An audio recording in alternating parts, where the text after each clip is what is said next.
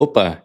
Então, rapaziada, antes de eu entrar no tema desse vídeo aqui, né, que é o que eu aprendi editando para YouTubers milionários em dólar, é um assunto que eu quero falar bastante, porque eu já conversei com muito YouTuber muito grande, que tem muito dinheiro e que faz muito dinheiro por mês e tem equipes enormes, e a maioria deles são bem jovens, e eu queria passar um pouquinho da visão deles e como ter visto eles crescerem e o tanto de dinheiro que eles fazem, como que isso influenciou na maneira que eu vejo o mundo, os negócios, né, e o próprio dinheiro.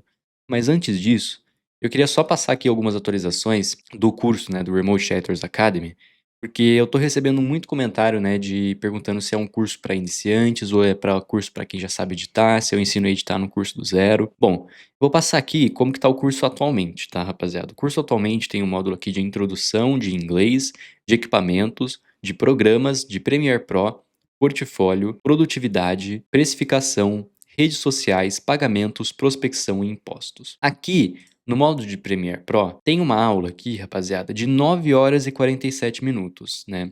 Como eu edito um vídeo do zero até a versão final. O que que eu fiz nesse vídeo aqui? Nesse vídeo aqui, né, nessa aula do curso, eu peguei um vídeo do Skidzy, do canal dele, e eu simplesmente baixei a filmagem, coloquei lá, importei ela e editei o vídeo do zero até o final, até a versão final que foi postada aqui. Inclusive, eu até fiz o upload do vídeo no Framer, né, que é o site que a gente usa aqui no Skidzy para fazer as revisões e até fiz as revisões lá. Então foi realmente eu editando o vídeo do zero, desde da hora que eu recebo a filmagem até a hora que o vídeo é uploadado no YouTube. E obviamente lá eu expliquei as ferramentas que eu estava usando, porém, o que eu percebi, muita gente está no estágio ainda anterior a esse, entendeu? Então, por mais que eu edite um vídeo do zero e explique as ferramentas que eu uso, ainda tem gente que tá num estágio que, tipo, nunca abriu o Premiere na vida. Então ele precisa que eu guie ele de forma melhor, entendeu? Porque às vezes pode ter alguns processos ali que eu fiz editando o vídeo que o cara não entendeu direito o que eu estava fazendo. Eu até chego a explicar, mas eu acho que como é um vídeo longo de 9 horas e 47 minutos, a maioria das pessoas não teve paciência para assistir o negócio inteiro e deve ter perdido algumas explicações ali no meio do vídeo. Então, qual que é o meu plano, né? Eu vou atualizar o curso para a versão 2.0, inclusive o módulo 1 e o módulo 2 já era para ter saído, só que eu atrasei um pouco porque eu estava mexendo um pouco aqui no cenário, nas coisas, né? E também eu estava de mudança, né, nesses meses aqui. Então, vou começar a atualizar o curso agora, né? Vou começar a lançar o módulo de introdução, depois inglês, equipamentos, programas, tudo atualizado, né? Então, eu vou pegar todos os conteúdos que eu já fiz aqui nesses outros módulos no 1.0 e vou atualizar. Lembrando que essa atualização vai sair nessa área de membros aqui, tá? Então, quem já tem aqui o Remote Shatters Academy 1.0 vai receber aqui também o Remote Shatters Academy 2.0 com todos os módulos atualizados. E qual que foi meu plano aqui, né? Como a galera tá pedindo muito isso de eu ensinar realmente a editar do básico, por mais que meio que eu já fiz isso no meu curso 1.0, parece que as pessoas precisam de um apoio ali, né? De uma explicação um pouco mais simplificada e mais direto ao ponto sobre como editar no Premiere, porque tem coisinhas básicas talvez da interface do Premiere que o cara não entende ainda porque ele nunca editou no Premiere. E eu pretendo atualizar, né, o módulo aqui do Premiere e fazer isso. Então, aqui as aulas vão ser explicando a interface do Premiere Pro para iniciantes do zero. Então, vou mostrar o programa, as funcionalidades, como fazer o setup do projeto, importar a filmagem, explicar o layout e todos os botões ali do Premiere, né? Porque às vezes a galera olha aquele tanto de botão e fica um pouco assustado, mas é bem tranquilo, tá? E eu digo que, cara, 75% das coisas que estão no Premiere provavelmente você nem vai usar no seu dia a dia. A coisa que você mais vai usar ali é a ferramenta de corte, ser sincero. Tá? Na maioria dos vídeos, a coisa que você mais vai usar é a ferramenta de corte. Mas enfim, daí na aula 2 aqui, eu vou ensinar o básico de edição para iniciantes, então como ajustar o áudio, como cortar um vídeo, como dar zoom, como adicionar texto, como adicionar adjustment layers e como adicionar novas tracks para você adicionar músicas, né? Depois, como editar seu primeiro vídeo. Ali eu vou pegar alguma filmagem que eu tenho, provavelmente uma filmagem que não vai ser do Skidzy, ou talvez seja do Skidzy, mas eu vou tentar pegar de outro cliente para ser diferente, né, daquela outra aula de Premiere onde eu edito um vídeo do Skidzy do zero. E eu vou ali mostrar como fazer bons cortes, como adicionar bons efeitos sonoros, como adicionar boas músicas, como fazer legendas, como usar máscara para destacar alguns elementos e como dar bons zooms. Isso aqui é o básico, tá? Se você sabe fazer todos esses itens aqui, você muito provavelmente está já pronto para editar para clientes gringos. As coisas além disso são extras, tá? Mas fazer esse básico bem feito já é o suficiente. Depois aqui vai ter uma aula de como usar presets, né? Então vou mostrar alguns presets de shake, presets de brilho, alguns presets que eu até disponibilizei no pack. Eu vou ensinar como usar eles na prática aqui nessa aula. E depois, qual o segredo para melhorar a sua edição. Onde aqui eu vou falar sobre como copiar efeitos, né? Como ter boas referências externas, como acompanhar o mercado e os estilos que estão em alta, como ter um bom repertório de memes e efeitos sonoros, principalmente você que edita vídeos de jogos, é muito importante você ter um bom repertório de efeitos sonoros e de memes com o que está em alta. Não é legal você usar um meme de 10 anos atrás, entendeu? Você tem que estar bem atualizado nessa parte. E como se profissionalizar em um nicho e virar expert nele, né? Porque chega um ponto da carreira onde é mais inteligente você não aceitar trabalhos de todos os nichos e se profissionalizar em apenas um. Desse jeito você vai se tornar um expert e vai conseguir aumentar o seu preço por vídeo. Essa é algumas das atualizações que vai ter nesse Academy 2.0, tá? Tem muitas outras atualizações que eu quero fazer aqui, inclusive usando outras IAs, né? IAs mais recentes. No primeiro eu mostrei como criar um portfólio profissional no Card. Nesse aqui eu vou tentar usar outras IAs para você conseguir criar um portfólio apenas com prompts, como o Base 44, que é uma IA ótima para você fazer isso. Também aqui no módulo de inglês, né? Eu acho que a gente já passou daquela parte ali do ChatGPT e Gemini. E a gente tem IAs melhores, como a Claude, por exemplo. Então, aqui eu vou dar algumas dicas, né, para como você conversar com a Claude em inglês para você ir melhorando a sua conversação e também como usar a Claude para responder os clientes gringos sem você ter que ir em call com eles, tá? Nem todo cliente gringo vai te pedir para ir em call. Vou atualizar também aqui o módulo de impostos, né? Vou ensinar aqui como você pode pagar melhor os seus impostos, atualizar esse módulo, porque desde que eu gravei a aula de impostos, eu tô pagando muito menos imposto porque eu descobri mais algumas coisas com a minha contabilidade e tem como você chegar em alíquotas mais baixas ainda do que 6% no Simples Nacional, se você declarar como exportação de serviço, né? Daí você chega em 3% de imposto apenas. Vou explicar isso mais a fundo, vou explicar como que você consegue criar uma empresa e se adequar ali no Simples Nacional, como ir atrás de um bom contador e todas essas coisas ali que envolvem declarar os seus ganhos em dólar. Parte de prospecção, vou dar uma atualizada nela também, vou falar alguns novos meios que eu acho legal para você prospectar clientes gringos, o que está funcionando e o que não está funcionando no mercado. Como vocês podem ver aqui, tem vários vídeos aqui já anotados, ideias de vídeo, né? Também tô tentando postar reels aqui, tem um atrasado e tô gravando esse vídeo agora de hoje, né? Vou tentar postar mais uns 2 reels hoje, ver se eu consigo. Bom, mas eu acho que era isso que eu tinha pra dar de atualização aqui do curso, rapaziada. Acabei de pedir um McDonald's aqui, eu sei que eu falei que não ia pedir mais iFood, mas porra, mano, que preguiça de cozinhar, velho. Vamos agora pro tema do vídeo, enfim, né?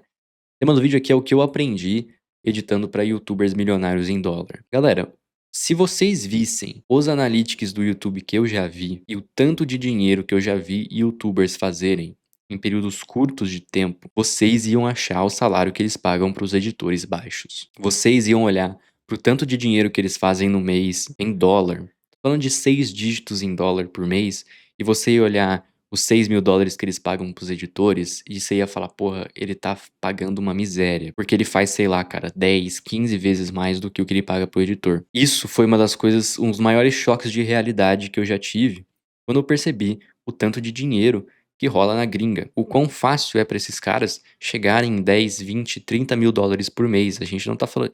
E com 30 mil dólares eu não tô falando de números absurdos, não, cara. Eu tô falando de um youtuber pequeno, nichado, consegue chegar nesses valores. E uma das coisas que eu percebi, principalmente nesses youtubers que são maiores e que crescem rápido, cara, eles não têm um lado empresarial tão forte. Eu diria que até que eles não são tão bons empresários, mas eles têm uma paixão muito grande pelo conteúdo que eles produzem. Eles realmente gostam do que eles fazem. A vida deles é o YouTube, a vida deles gira em torno de YouTube. As amizades que eles têm são também pessoas que têm canal no YouTube, são youtubers também, entendeu? A vida deles, tudo ali gira em torno de YouTube. Alguns de um nível até meio obcecado, né? Às vezes, alguns até deixam o ego falarem mais alto, né? Um amigo meu, o Eric, ele postou um vídeo recentemente falando de um caso que ele teve com um youtuber de Minecraft que tinha um ego bem elevado, entendeu?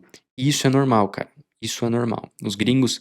Cara, imagine você um gringo, você tá ali criando seu canal no YouTube, é o seu sonho ter um canal no YouTube, tá dando muito certo, tá ganhando dinheiro. Cara, você não quer que nada entre no seu caminho pra atrapalhar isso, entendeu? E às vezes, um editor que atrasa alguma coisa, um editor que não tá tendo uma boa comunicação, isso pode irritar muito ele, pode mexer muito no ego dele, porque se o editor não entrega o trabalho, isso afeta diretamente o business dele, afeta diretamente o negócio dele, a receita do canal dele. Então, às vezes, alguns deixam o ego falar mais alto. Outra coisa, a maioria desses youtubers, eles têm uma ideia muito específica do tipo de conteúdo que eles querem fazer. Então, eles têm ideia do estilo de vídeo que eles querem eles querem que os editores editem. Eles normalmente têm toda uma ideia na cabeça deles e eles às vezes têm uma certa dificuldade às vezes de passar essa ideia adiante pro editor. Então, às vezes é normal o editor ali no começo, quando ele tá editando para um canal novo, para um cliente novo, ele ficar meio perdido, porque às vezes o cara já tem uma ideia muito formada na cabeça dele e ele não aceita muitas propostas fora do que ele já tá fazendo, entendeu? Então, às vezes você tentar chegar com um estilo de edição diferente para esse youtuber, é capaz que ele vai te recusar, porque ele quer continuar fazendo o que ele sempre fez, o que ele acha que dá certo e o que na cabeça dele ele acha que é o melhor pro canal dele. E é muito difícil você mudar a ideia de um youtuber, tá? Às vezes o cara quer o estilo de vídeo daquele jeito e você tem que se adaptar. Normalmente é você que tem que se adaptar ao cliente e não o cliente que vai se adaptar a você, tá? Já deixa isso bem claro na sua cabeça. Outra coisa, cara, a visão dos americanos com o dinheiro é muito diferente da visão de um brasileiro. A visão de um brasileiro é, pô, comecei a ganhar os meus 20 mil reais, já vou lançar um carro. Entendeu? Já vou lançar o iPhone do ano, já vou lançar todas essas coisas. Os Estados Unidos, ele é um país capitalista. Isso é fato. Muito mais capitalista que o Brasil. Porém, eles têm lá um capitalismo mais focado em acúmulo de riqueza. E eles têm uma educação financeira muito melhor do que aqui do Brasil. Apesar dos produtos lá serem mais baratos, então um carro é muito mais barato, um iPhone é muito mais barato, tudo que eles quiserem comprar de tecnológico é muito mais barato que aqui no Brasil. Porém, não só porque o cara tá ganhando 20 mil dólares por mês, ele vai lançar uma Lamborghini, entendeu? Não é só porque o cara tá ganhando 100 mil dólares por mês que ele vai lançar uma Ferrari, uma Lamborghini, uma Porsche. E não é porque ele não possa. Cara, esses carros não custam lá milhões, tá? Eles custam lá na faixa de 200, 300, 400 mil dólares. Se a gente for pegar um carro de 1 milhão de dólares, a gente tá falando de um carro muito foda, entendeu? E aqui no Brasil, é normal a gente ver alguns emergentes, às vezes, que estão ganhando já 100 mil reais por mês e eles lançam uma Porsche, eles lançam uma Lamborghini, coisa que não acontece lá. Você não vai ver isso lá com tanta frequência, cara. Eles não. Eu, pelo menos, nos YouTubers que eu via, cara, eles não tinham super carros. Eles tinham bons carros, carros caros, mas, cara, nada, tipo, muito extravagante. Outra coisa que eu vejo que é um pouco complicado lá. Aluguel e comprar casas é bem caro, muito mais caro do que aqui no Brasil.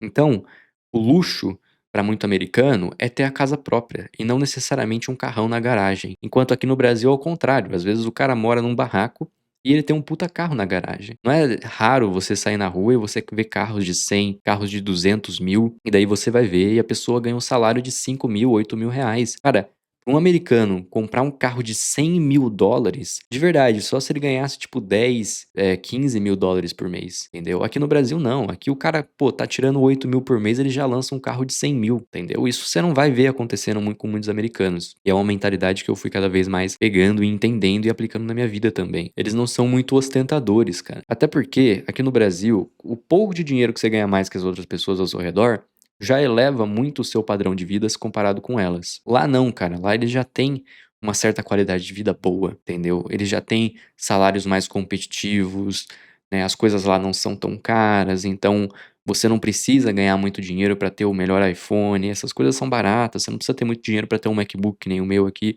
O MacBook custa 17 mil reais.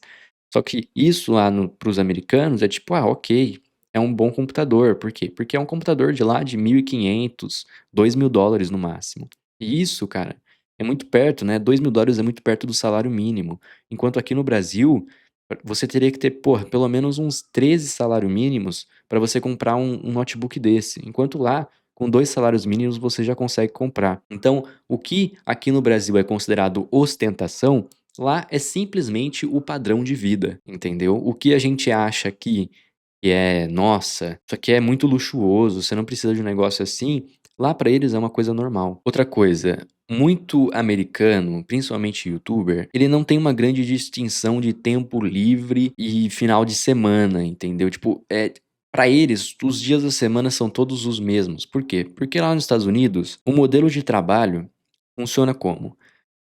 Você decide com o seu chefe quais vão ser os seus dias de folga, se é que vai ter dias de folga na sua semana, tá? Eles não têm a obrigação de te dar um domingo, entendeu? Esse negócio de escala 6 por 1, escala 5 por 2, isso não existe nos Estados Unidos, tá? A única limitação que existe lá é que se você trabalha mais de 40 horas semanais, as horas extras que você vai trabalhar vão ter que ser pagas o dobro do valor, né? Eu acho que é o dobro ou 1,5 vezes o valor da sua hora normal. Então não tem limite de quantas horas você pode trabalhar por mês, tá? Enquanto aqui no Brasil tem. Então na cultura aqui do Brasil, a gente tá muito acostumado, pô, sábado e domingo, final de semana, hora de ir pra festa, hora de ir pra balada, hora de descansar. Lá não. Lá sábado e domingo é um dia normal pra eles. Então, isso foi meio difícil até pra eu me acostumar, porque às vezes chegava no sábado e eu falava: "Putz, agora eu vou relaxar". E ele estava lá trabalhando, e meu chefe estava me mandando vídeo, estava cobrando atualização, porque sábado pra ele era simplesmente só mais um dia normal. Isso não quer dizer que eles são tão workaholics assim, tá? Alguns são, de fato,